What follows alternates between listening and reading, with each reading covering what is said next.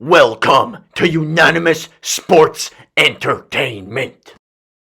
What's up, guys? We're back. JDanks in the studio with Unanimous Sports Entertainment. We're ready to bring you guys another episode. But today, as you can see, we'll be talking about some NFL football. I'm bringing on a special guest, someone who's very close to me. Bring him on the hot seat, Corey Dankner, Mr. CDanks. We'll be talking about some fantasy-related stuff, disappointments, surprises, teams, playoff pictures, and we'll just chat about one of the best sports in the world, football, baby. All right, we're here. We got JDanks. We've been having JDanks, so it's only fair that we brought the CDanks in. My brother, he's been asking to come on for a while. Begging him. So I finally gave him the shot. We'll see how he does. We're not talking about hockey. We're not talking about MMA. We're talking about football. He's wearing a jersey. I'm wearing a jersey. I couldn't find my Cub jersey, so I settled with the Ohio State Zeke jersey. Anyways, let's get into it. The year they won the national championship, I think. There you go. Who cares? Let's talk about some football today. And we'll start with some biggest surprises, some good surprises, bad surprises. I'm going to throw it off to you. Pick one team. Let's talk about it. I mean, I think it's hard not to mention the Eagles first, just because they're the only undefeated team right now. True. Left in the NFL. 8-0. Everyone thought Jalen Hurts was essentially like a glorified running back, but he's actually looking pretty good. I think adding AJ Brown obviously really helped them. The AJ Brown move was like one of the most underrated moves in the offseason in football, and they still have 2 first-round picks that they could, do whatever they want with it. They're 8-0. They're looking good. They're in a good spot. Like you said, Hurts is looking great. Although I watched their game, I want to say 2 weeks ago, and they were in the red zone and they ran it. First and goal, second and goal, third and goal. It's like they still don't trust the guy that. Yeah, but at the same time, it's like they're the type of team where they can run it 3 times and probably score just because they can run it with Sanders once, they can run it with Hurts runs, they can run it out of the shotgun also, I think, when I think about the Eagles, it's really, they're the only team that can probably win a football game in like 5 different ways. Fair. They've got arguably, I guess, one of the best offenses right now in football. They've got an incredible defense. I don't know much about teams and special teams, but Jake Elliott's a good kicker. They've got a good, kicking unit. And it's like they'll beat you by playing stingy defense. They'll beat you into making you throw turnovers. They can clearly beat you on the ground with Hurts running for 100 yards, Sanders running for 100 yards, and they can also beat you in the air clearly too. So, Definitely. It's like hard not to. And people are complaining that like they're, they haven't played anyone and blah, blah, blah. But it's like they've beaten the Cowboys. The Cowboys are the second best team in football from a record standpoint, or third best. You got the Vikings and then Cowboys and a bunch of other teams. But it's like... Yeah, no, you got to give them some props at some point. But at what point? It reminds me of when 2 years ago, I want to say, when the Steelers had Big Ben, and they started off, I want to say 8-0, maybe 9-0, and no one was giving them credit. They weren't playing, good competition, and they were just getting by every game. But they started off 8-0, and then they took a huge hit and won, I want to say, 20% of their next 8 or 9 games. But the Eagles are legit. Like the Steelers are not legit. The Eagles are legit, and they're you got to consider them Super Bowl contenders at some point. Absolutely, and I think when you think about the Super Bowl, it's like you got the Chiefs and the Bills who are kind of like the AFC dogs, right? And it's like in the NFC, there's no studs in the NFC, so I think they've got to be favorites to come out of the NFC. And Definitely. I won't hesitate to say it. They're going to be the first 17-0 team. Look at their schedule. They don't have many tough matchups coming up. Yeah, they still play the Cowboys. I think they play the Giants twice. But other than that, there's not many tough matchups for them moving forward. They lucked out. They weren't the best of teams last year, so they do have a bit of an easier schedule this year. And I think they're going to go 7-0 and at least win the 17. NFC. We'll see what happens. 17-0. We'll see what happens in the playoffs. But. You mean you look at the past couple years and who can come out of the NFC? Last year you had the Rams, fucking spectacular season, and you always had the Bucs ever since they had Brady. You had Green Bay, but We'll move on now. We'll get there. We have Green Bay. We have the Bucs. 2 teams where it's kind of sad to see. A-Rod and Brady, they had their times, but they're going down. They obviously hit their peak, but I don't it's sad to see, but it's got to come at some point. Let's talk about the Packers. The Packers. So I'll give a shout out to my friend Mitch here, who even before the season said Aaron Rodgers is not coming to play this year. He's here to fuck over the Packers. He's not committed. Listen, we all can't speak to that. Who knows if that's truth? But the point is, the Packers are 3-6. They barely beat Tampa. they barely beat New England with Zappi at quarterback. Like, Green Bay does not look good. Rodgers doesn't look good. He threw 3 red zone picks against the Lions, which is the worst defense in the league. Like, Rodgers just doesn't look like he's engaged. He doesn't look like he's committed. And listen, there's a ton of issues there also with how to move forward after this year because his contract is insane. So who knows what that's going to look like. But it's also just like their offense. I mean, listen, they don't have many pass catchers. We know that. But it's like, it's so weird. They just like don't run the ball properly. A.J. Dillon, who was supposed to be this great running back, like, how is he used? How is Aaron Jones is used weird also? I just want to butt in here and say that I am an Aaron Jones fantasy owner, and I've been giving this guy props for years, man. Everyone says he's inconsistent. He's a casual running back. He's not an elite running back like other guys, that he should be like. But Aaron Jones, like, you're fucking, man, you've been fucking me hard, man. You, like, have a week where you'll go for 150 yards and a touchdown, and then you get 15 carries for 30 yards, and you lose me the week. It's pretty sad. So if you're listening to this, maybe, give JDanks some love next week and try and help me out something. But, they drafted A.J. Dillon, and everyone said that, okay, maybe, Aaron Jones will be used less, and they'll start using A.J. Dillon, but, like, it's just a weird split, like you said. They're both they're not, both of them are inconsistent, and obviously I think it stems from Rodgers. I just think Rodgers right now is a horrible leader. Like, he doesn't look like he wants to be, like you said. Yeah. It's almost as if, like, he sees who he has in front of him. His best target is Allen Lazard, Robert Tonyan, and he just wants to, like you said, like, maybe he does want to fuck them over. I mean, he's getting paid, so, like, he has guaranteed money, so who gives a fuck for him? He doesn't care to the same extent, I think, that he cared maybe in past. Yeah, for sure. I think the Adams situation threw in for a whack a bit. But listen, at the end of the day, the Packers are 3-6. The NFC sucks. So, like, that third wild card spot is pretty much still up for grabs. But they're 3-6. Their next 4 games, they play the Cowboys this week at home and the Titans next week at home. Those are tough matchups against teams that are 6-2. Let's have them losing those 2. Then they go into Philadelphia and then they go into Chicago, which winnable game, but with the way Justin Fields is looking, at least from a like skill level fantasy perspective. Man. Here's my take, and I wasn't expecting to make so many bold takes early on. But they're 3-6. They lose the next 4 games. They're 3-10 going into their bye in week 14. They've got 4 games left after that. Aaron Rodgers is going to the bench and Jordan Love starting those 4 games so they can at least see what they have in him. At that point, 3-10, your season's done. And it's like, if they don't see what they have in Jordan Love, like, how can they make decisions about how to move forward? It's going to be a rough offseason if they don't do that. And Aaron Rodgers, I think he's somewhat healthy now, but he'll get banged up in the next 4 weeks, and it'll be an easier thing to say, like, we're going to rest Aaron and let Jordan Love play. But at the end of the day, like, to make a decision like that, I think it's got to be Rodgers' decision. Like, it goes back to, like, Brady. Like, Brady's the guy making the calls. Like, it's the same thing with Rodgers. If they can't just go out there and bench Rodgers, like, they just fucking paid him. Maybe. He's one of the best of all time. I don't think that'd go over well. It wouldn't be a good look for the franchise. But, I mean, do you know how many years he's locked up for? Because I personally don't know how many There's 2 more years after this, but there's a ton of dead cap. If he retires early, if he gets traded, if they cut him, there's a ton of dead cap. I don't have the numbers, but we're talking like over 20 million in some situations, over 30 million in other situations. So it's essentially like this guy's essentially got to play the next 2 years in order for it to make the most sense from a cap perspective. Mm-hmm. But I mean, at this point, like, how can that even happen? And to go on what you said about like Brady and Rodgers being the guys who call the shots, like, maybe that perspective clearly doesn't work at this point because Green Bay 3-6, Tampa 4-5, like. I mean, how funny would it be? And I'm a diehard Tom Brady fan. I love him, even though he left New England. I still love him. Like, it would be hilarious just to see Green Bay, Tampa, LA, 3 best teams in the NFC last year, without a doubt, not make the playoffs, and at this point, maybe not even have winning records. So, true. Anyways, let's move on to maybe LA.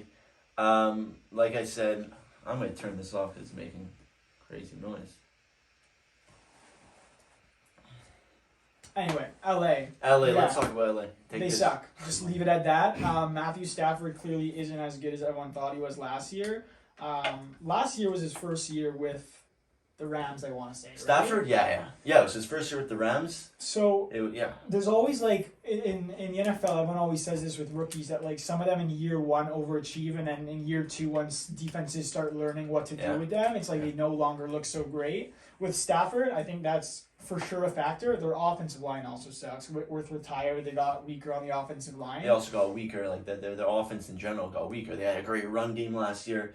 They had But more nothing's receivers. changed in the run game. The guys just Yeah, aren't fair. good They're not anymore. It's the producing. O-line. It all starts True. there. Like, listen, as NFL fans, usually we end up gravitating towards skill players because fantasy, right? But it's like O-line is really the core. O-line and D-line is the core of like what's happening on a situational basis. And I mean, it's lame to talk about, but like the Rams O-line is probably one of the worst in the league, and so nothing's gonna happen. And anyway, they just suck. They're not gonna make the playoffs. That division's tough. They still probably have to play all those guys in the division. And the Rams are one team where, like, you know, the Bucks are doing horrible. The Packers are doing horrible. I don't care to see these teams do bad. They had their time. It's okay. But, like, the Rams, you know, yeah, they won the Super Bowl, but I love Cooper Kupp. I think Matthew Stafford's a great guy. I love Sean McVay. They're just a good team. They're a team you gotta like. If you don't like the Rams, you're not a football fan. You know what I mean? And speaking about that, Sean McVay, if you haven't watched his interview with Caleb Presley from Barstool, that was you gotta funny. give that a watch because that is hilarious. Yeah. And should we talk about some of the, I guess, more pleasant surprises? Sure, also, let's do other it. than the Rams? We talked about the Eagles a bit. Yeah, Maybe Eagles, Seattle. I know you want to talk Yeah, about Seattle. Seattle. I mean, like, it's just funny because I was listening to a podcast in the car talking about Seattle. I mean, and we it's gotta like, talk about Denver too at one point. Yeah, Denver Anyways, sucks. let's talk Russell about Wilson's a Seattle. joke of a person. But Player Seattle, and person. Seattle, it's like everyone before the years, like, they have no quarterback. They drafted Kenneth Walker when maybe they could have taken a quarterback, and everyone's like, okay, this is the perfect recipe to, like, suck this year, draft a quarterback next year. But essentially, they nailed every rookie pick that they made. They've got a guy on defense named Kobe Bryant, a rookie that they drafted. Also, guy on defense who I think they drafted last year, Michael Jordan. So they like drafting these guys with these names of other greats who end up actually being great pieces. Tariq Woolen, who, if Sauce Gardner wasn't one of the best cornerbacks in football, would probably be rookie defensive player of the year. I think he has 4 picks. But Seattle's defense looks good. Geno Smith, like, He's doing what he's got got to do. fantasy. Like, this guy, from a just playing quarterback perspective, is probably one of the top 10 quarterbacks right now in the league, which is like wild to say. And I did read that they're looking to maybe, you know, they're extend him maybe a couple years. Yeah, why not? But like you said, everyone coming into this year was like, okay, yeah, next year's draft it's a stacked QB draft class. We're gonna take a QB. If you extend Geno Smith, you're not taking a QB. You're not gonna waste a pick on a QB where you have a guy locked up for 2-3 more years. But yeah, like you said, Kenneth Walker, from a fantasy perspective too, leading per game since he's starting, highest in rushing yards out of everyone, even more than Mr. Derrick Henry. Yeah.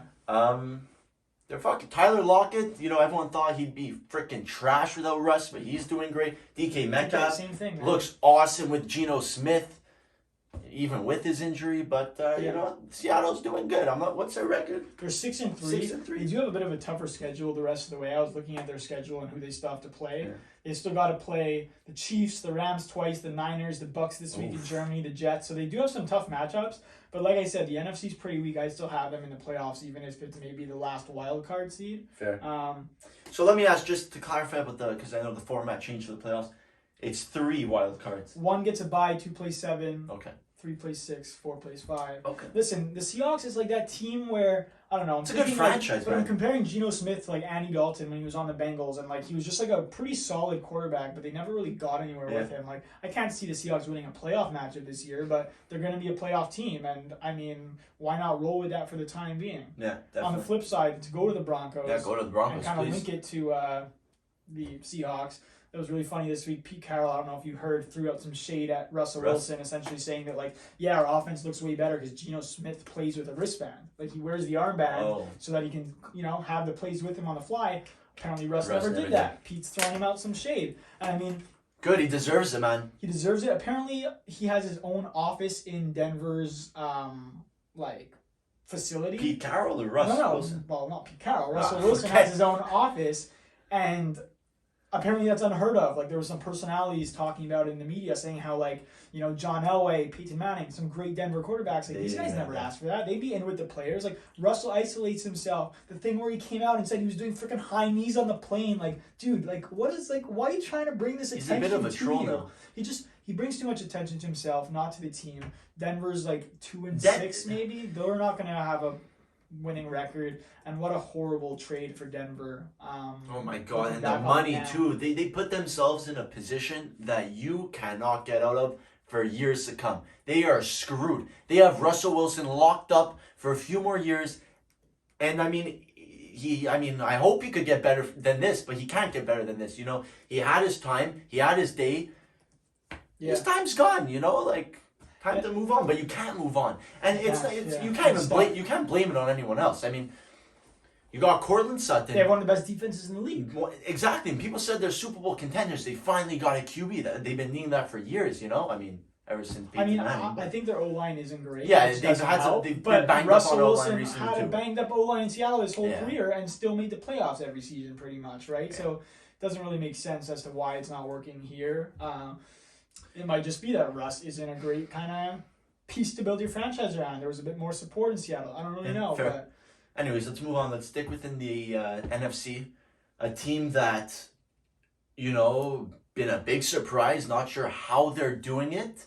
The New York Giants, 6-2, I want to say. Yeah, 6-2. Daniel Jones. I mean, I haven't been impressed by him, but yet they're still doing it. Mm-hmm. Their defense has been looking good. Saquon Barkley is back in every way possible. It's great to see. Saquon, baby. And I'll say this again. If you don't like Saquon Barkley, you're not a football fan. It's hard not to like Saquon Barkley. And Also, it's nice to see what they're doing, even though I hate Daniel Jones and I'm not a big Giants supporter, you know. Lax over here is a big Giants fan. He's smirking because they're 6-2. But honestly, and they play good for the Giants, but fuck the Giants. They play the Texans this week, so they'll be 7-2. 7-2. The world just turns upside down. Bold prediction, I don't think the Texans, I don't think it's a bold prediction, but I don't think the Texans score a single touchdown against them. They're going to lock them down. Fair, agreed. That probably could happen. I also think Saquon probably rushes for... I mean, they're going to get up to such a big lead that they're not going to need him. But let's say 150 yards and 2 touchdowns. That's probably a conservative estimate, honestly. Well, conservative. Now is the time, you know, you're halfway through the year. Saquon has had his big injury issues. You want to keep him healthy. You're 6-2. You know, you're looking to make the playoffs. You're tied for first in that division, I think. Right? Well, he's second. Tied for second. Tied for second with Dallas. But you're locked in a playoff spot right now. Keep this guy healthy under any means necessary. You know what I mean? Keep this guy healthy and save him for the fucking playoffs because you need this guy. Because if you don't got Saquon Barkley, you're below 500 in my opinion. Well, yeah, but the weird thing also is that they have the worst receiving core in the NFL, so it doesn't really make sense as to how. And here's the problem: is sure they've been winning games, but let's now imagine a game in December or January, come playoff time, where they're playing, let's say the Niners in the playoffs, and they're down in the second half. Daniel Jones isn't going to win a game from coming down 7 or 10, right? So definitely. Similar to the Seahawks, overachieving in a rebuilding year. But who's their receiver there? Kenny Golladay? No, not Golladay. Richie James? No. You can't even think about it because they have no one. They have Wan'Dale Robinson. Wan'Dale. They had Tony. That's their number one guy. Coming into the year. Sterling Shepard got hurt. Yeah, but he always gets hurt. Yeah. Poor guy. He should retire. Death, taxes, Sterling Shepard getting hurt. But Kadarius Toney, going into the year, he ended the year awesome. He looked great with Daniel Jones. He was going in fantasy leagues. People thought he was going to be, pretty fucking good. And he started the year off banged up. He came back. I don't know what it was, but he wasn't getting the playing time. And then he just shipped them off to the Chiefs or what? Second round pick. He was hurt all year. It was and now he's played. He played a full amount of snaps with. Well, he played 9 snaps. 9 snaps? Well, they're easing him in, but he was healthy. It wasn't a matter of. I take that back. Well, but that's why we have Lockyer. Fact check. Well, no.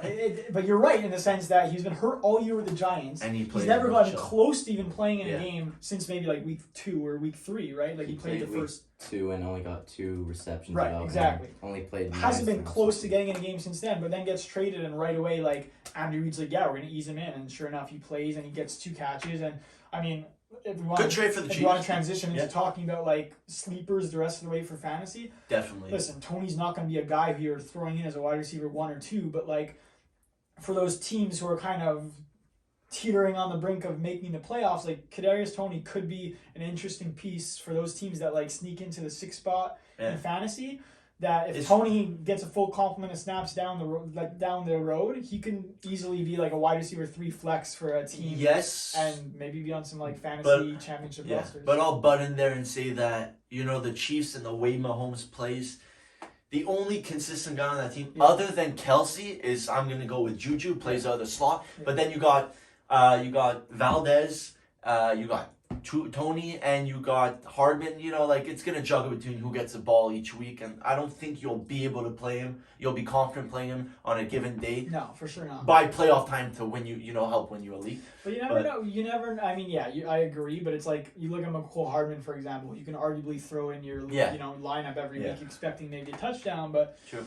all that to say, you know, who do you like in fantasy? Let's talk a bit about fantasy. Yes. Yeah, like who are some guys that you kind of like the So rest of the way, or you know, guys that you kind of would want to have on your team? So I have some league winners, and every year there's always, you know, after the championship week comes out, you know, the playoffs are done. There's the league winners. There's always a list article about like statistical wise, you know, league winners who won people leagues, and there's always your top dogs, and there's always those. Last year was T. Higgins, came out of nowhere. I mean, kind of came out of nowhere, but ended the last like 3 weeks of the season and playoff time was like a wide receiver won people leagues. So I'm gonna go with my top dogs. I think Derrick Henry has to be a league winner. He has to be a league winner. He was out last year for fantasy playoff times, if I'm not mistaken. He had a bad injury, came back here, was slow the first 2 weeks, had 85 rushing yards week 3, and since then has not gotten under 150 rushing yards. He's a dog.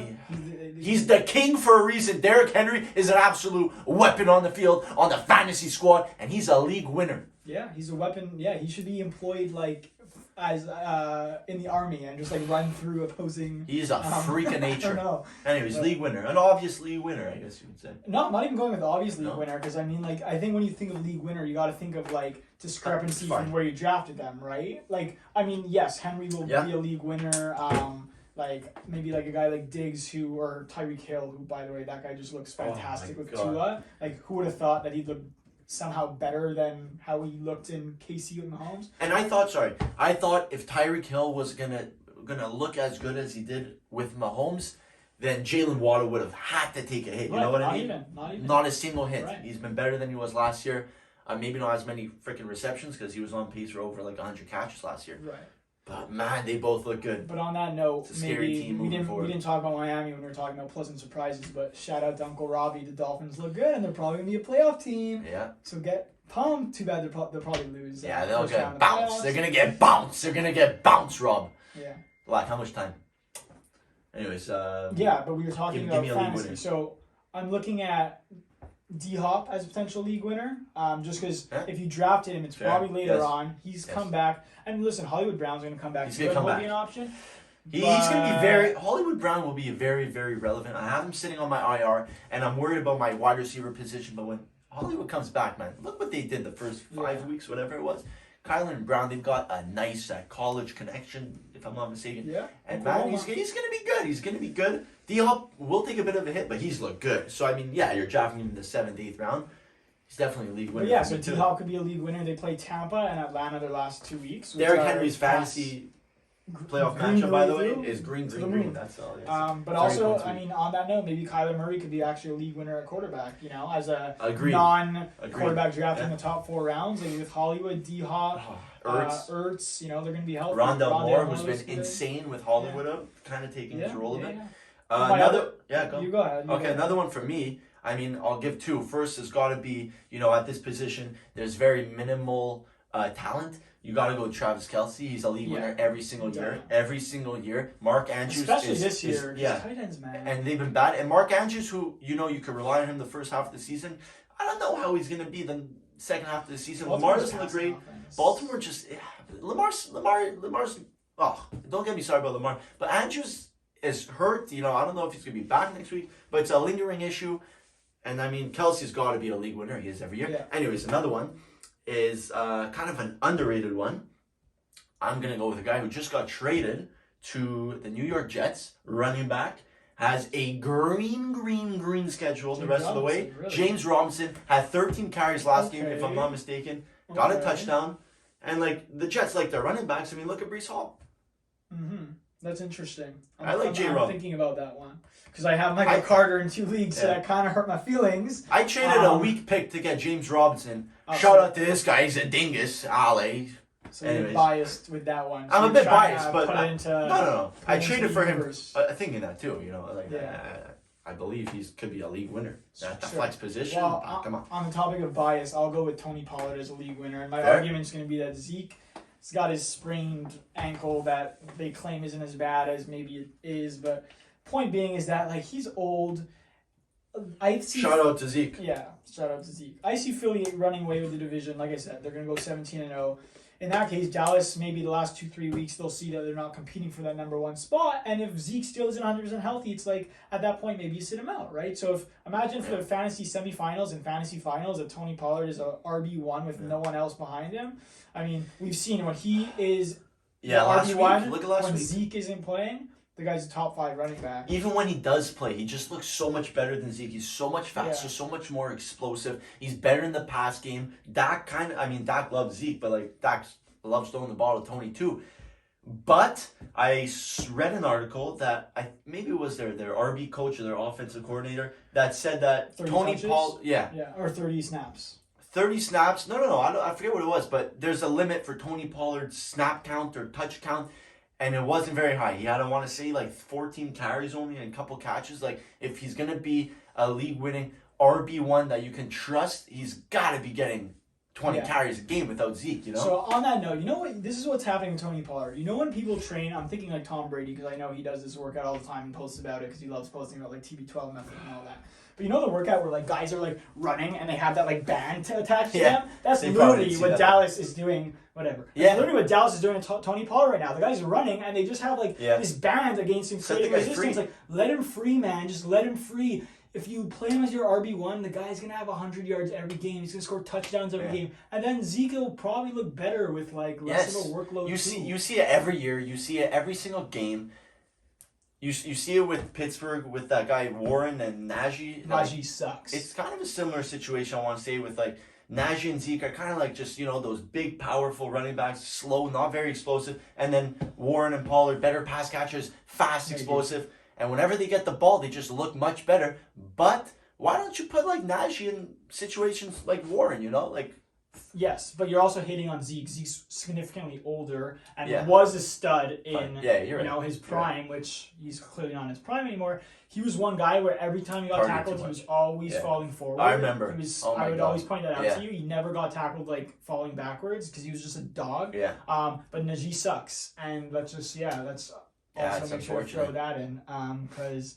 Man, did you know Najee's only 1 year younger than Saquon? Like he last year he was an old rookie. Yeah. So like this guy is like already kind of Yeah, entering the yeah. exit of my prime as a running back. The running back position in the NFL in everything. The running back position is a position where you have your bridge of years and you just fall off, and it has 29, nothing. I think, is the age where you Yeah, start. it has like, nothing to do with you. It's just your body, man. You're getting hit every single play, and whether you're blocking, whether you're running, it's just like your body takes a toll on you, and at some point, you see it with. I think you're seeing it a bit with Dalvin Cook this year. Yeah. He's starting to take a bit of Shoulder. a, Yeah. It sucks, like especially if you're. I'll bring back fantasy into this. You're in a keeper league and you have a guy like Dalvin Cook 2 years ago. You're like, this is my guy. I'm keeping this guy for the rest of the league, but you can't. Like at one point they got to fall off, and Yeah. you're seeing with Zeke. You're seeing it. The hack in a Fournette. keeper league is trade your older running backs for stud wide receivers, and then you're set. And also, I listened to NFL fantasy podcasters or whatever. I forget their name, but they said if you're a Jonathan Taylor owner, you had your year with him last year. This was going into the year. He'll probably have a stud year this year, which he didn't. But then you trade him, man. You could get the world for him. Before, obviously You take the 2 this years year you will could happen. get. But you take the 3-year window you could get, and you ship him off. Yeah, so you should probably trade McCaffrey in fantasy. You should Eckler. probably trade Eckler. I'll Dalvin. trade Barkley, so cousins Zach and Justin, but you'll be getting messages from us. Anyways, another league winner I want to throw in there. Then we'll get back to some fantasy stuff. But wide receiver, we talked about Green Bay. There's really one guy on that team that is the guy getting the ball, and I think Rodgers likes him. And if Rodgers likes you, you're gonna get the ball, and you'll probably be the only guy that gets the ball. Alan Lazard has been a stud the past few weeks.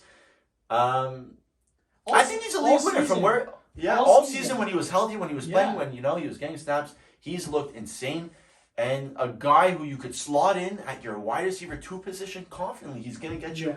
He's gonna get you 5 catches a week, 50 yards, maybe a touchdown. Maybe he could bounce up, go off one game, but like he's a guy that you could slot in there with total confidence and be totally okay.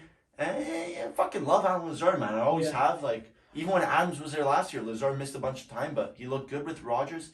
Adams is gone. He's that guy. Yeah, when you threw him on that list of yours, I was like, what? And then I checked his stats, and I was like, the guy actually has over 10 PPR points every game that he's played. The only issue will be in those last 4 weeks, Jordan Love's going to be their quarterback, so we'll have to see how that is, right? Fair. On the topic of, we were talking about great running backs. Let's talk about running backs. How about Justin Fields? Oh, that guy. Set a record last week. 178 rush yards. No, but he set a record. Ohio State alma mater, most rushing yards in a game for a quarterback, 178. And you think of Lamar, you think of guys like Vic, you know? He beat Vic. That's but what anyway, all that to say, Justin Fields is going to be the number 1 scorer at quarterback on a point per game basis the rest of the year. He still has a bye, so obviously like Hurts will probably score more than him. Allen will score more I'm okay with you saying top 3. Also, if you look at his next 3 games, green matchups definitely against top 5 or bottom 5 defenses. So I mean Chicago will probably maybe win 1 or 2 more football games because who knows, man? Who knows? The way he's looking, it's been 3 weeks now where he's been rushing over 100 yards. I mean, the last 2 games have been insane, but he's starting to look better. He's starting to throw the ball better. But so I mean, I picked up Justin Fields in 2 leagues in the past couple weeks, so I mean, I'm not complaining. Smart man. Gonna ride him as a QB1, but I'm also doing really shitty in a lot of fantasy leagues. So oh well. Maybe let's talk about a bit more surprises, disappointment in terms of fantasy players. One guy who let's just run through a list and just from where say fuck you as you from where you're drafted at, where you drafted this guy at, and what he's doing now. He's putting up RB1 numbers every single week. New England Patriots, even with Damian Harris in the lineup. Ramondre Stevenson, man, he's an RB1 rest of the year. You drafted him maybe the 6th round. Belichick said it before the year. He fucking likes this guy. And when Belichick says he likes someone, you know better than ever. He likes the guy. The guy's fucking talented. Yeah, that's true. Belichick doesn't really speak praise. I thought you wanted to talk about disappointments this far. I was just gonna run. Yeah, sure. Let's go. Kyle Pitts. I have Kyle Pitts here, man. Keenan Allen. DeAndre Swift. Yeah, well, honestly, guys like Swift and Allen, they hurt us in fantasy. Of course. I feel for them. No, it sucks to be hurt and not get on the field. This happened last year with the Lions and Swift. I know. But he'll never be the bulk guy. No, Jamal Williams will be that guy. But he Jamal can't Williams. carry the load. Oh, I love that guy. I heard his pregame speech. Yeah, he's funny. He's really. If you're gonna piss like a puppy, stay on the porch. Yeah. And let the big dogs eat. Anyways, Let's Keenan Allen's probably not going to play a game this year. I traded Keenan Allen and Josh Jacobs after Josh Jacobs had his 3 30-point weeks. Traded both of them for Mark Andrews, and at the time, great trade. Jacobs, looked insane. Keenan should have been coming back, but now you look back and you're like, it's a fucking good trade. Keenan, I don't think he's gonna play a game this season. I really don't think he plays a game this season. Chargers are 5-3. They've kind of been wanting him to come back, but they're not rushing him for a good reason. And they look good, honestly. And Jacobs, I don't think. But Mark Andrews will be back. Will be good. Jacobs has been a pleasant surprise. Jonathan Taylor, 1st round bust. Kyle Pitts, I guess, was probably a 2nd or 3rd round bust. Keenan Allen, probably 2nd or 3rd round bust too. Nick Chubb, Cortland Sutton. Well, right now, the Nick past Chubb's 3 dog. weeks. Yeah, but I was just bringing up players that love him or hate him. Love Nick Chubb. Let's talk about playoff predictions. Okay, let's talk about playoff predictions. Fine. So you always have the AFC. You'll always have Buffalo. You'll always have KC, Mahomes, and Allen. So they're gonna be 1 and 2. Obviously, they'll be 1 and 2. But what's happening with Josh Allen? Is Josh Allen okay? Are the Buffalo Bills gonna ease him back in? Because if they ease him back in and maybe let him miss a couple weeks, they're gonna lose that bye. Bye. Miami and Jets are right there. But if they push to play him, you're risking this guy having an injury. By the way he plays, he's he runs hard, he takes hits. And also, he's been throwing pick after pick. He's never done this before. You gotta look. You guys say, okay, maybe it is his elbow. It's his elbow or shoulder. His elbow, yeah. I still have the Bills keeping the spot. I think he'll miss this week. They play Minnesota. Case Keenum will start, and that's actually a revenge game, right? He used to play for Minnesota. No, but I think Allen will probably miss the game. So I'm still giving the Bills the bye just because they beat the Chiefs. Remember that, right? So they have the advantage there. So in the AFC, I'm going Bills 1, Chiefs 2. I'll go Ravens 3. I think they got a pretty easy schedule the rest of the way, even though I don't like their offense at all where it's at now, but their defense is getting better. And then I'll go the Titans 4. Yeah, they'll always be there. And then And then you got your wild cards. You got Jets, man. I got Dolphins right now. I got the Chargers at 2. And then, so it's tough. You gotta have the Jets. So the Jets, Bengals, and Patriots were my consideration for the last spot. Right. They all have winning records right now. They're all kind of in the same, little fight, I guess. The Pats have played shitty teams, and now they start playing good teams. So as much as I love the Pats, they probably will not make the playoffs.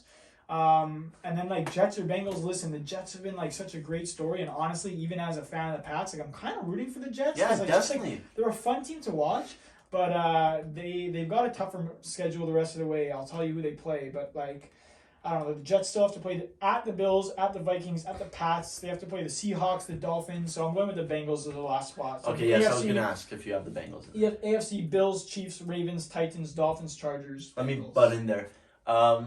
You have the Cincinnati Bengals there. Agreed. I think they're going to make that push. I mean, they're 500 right now, I want to say. Bengals are 5-4. 5-4, just over 500. But Joe Burrow, we all know it. He's a second half player. You saw it last year. He absolutely took over the game. Second half of the year, entered the playoffs, an absolute freak. I could see him doing that again. Absolutely. I could really see them doing it. Jamar Chase is out. He's going to be back in a couple of weeks. T. Higgins, you saw what he did second half of the year. They're stacked on offense. Joe Mixon just had 5 touchdowns. He's a freak. They're looking good, man. They're a team that you won't consider them a threat until they're a threat, Yeah. And NFC, go. NFC. Okay, Yeah. So I'm going Eagles 1. Like I said, 17-0. I think the Vikings are an easy 2. I mean, that division is probably one of the worst divisions in football right now. Which one? Lions, Bears, Packers. The Lions. I just want to touch on the Lions. The Lions. You just want to see them win, man. You saw last year they struggled. Why can't they win? They just gotta win. I know their defense is shit, but they've got a sick offense, a great O-line. Yeah. You know what? I like Jared Goff. We both played hockey, right? Detroit Lions are that kid who gets on the ice and they just keep falling and they can't skate. But then they get the puck in front of the net. You just want them to score so fucking badly. And they don't score. But sometimes they do. But they don't. Lions maybe next year. Dan Campbell, I think he's a good coach. Yeah, he's a good guy. But all that to say, Vikings have an easy division. So run through it. Let's go. Let's go Vikings 2. I'm going to go Niners 3. They might not lose another game, honestly. The Niners are good, man. McCaffrey. Woo! I'm giving the Bucks at 4, although they might make the playoffs with a losing record at this point. They will make Who the knows? playoffs. 100%. And then I'm going to go Dallas, first wild card seed, and then I'll go Giants and Seahawks. Not much is going to change in that playoff picture just because I think the teams that aren't good in the NFC just aren't really good. So, okay. Agreed. Bold prediction rest of the year, playoff time. Geez, bold prediction rest of the year? I mean, it might not be that bold, but I think the Niners don't lose another game for the rest of the year and win the Super Bowl. I mean, Jimmy G can do it. You see him do it. We're talking about Super Bowl. I'm going to talk about the team you just mentioned that may make the playoffs with a losing record, the Tampa Bay Buccaneers. I think they make it, and I think they start to heat up right before the playoffs. I think Tom Brady rips into his guys. He gets them going, and I think they make a fucking run. Eagles versus the Bucks. Come on. Look at the experience versus the inexperience. True. I can see the Bucks making a run, and I could see them coming out of the NFC. I don't think they stand a chance against any team in the AFC like the Bills and the Chiefs, but I think they're coming out of the AFC with a losing record in the regular season. That's me. Wow, so they're going to losing record and make a run at the Super Bowl. Yeah. Bold take. Thanks for coming, CDanks. We'll talk about maybe UFC another time too. Yeah, right? UFC 281 this Saturday. When this will be posted, you will be watching Alex Pereira against Izzy Adesanya. Stay tuned for Monday, Tuesday for a recap of that. Ciao.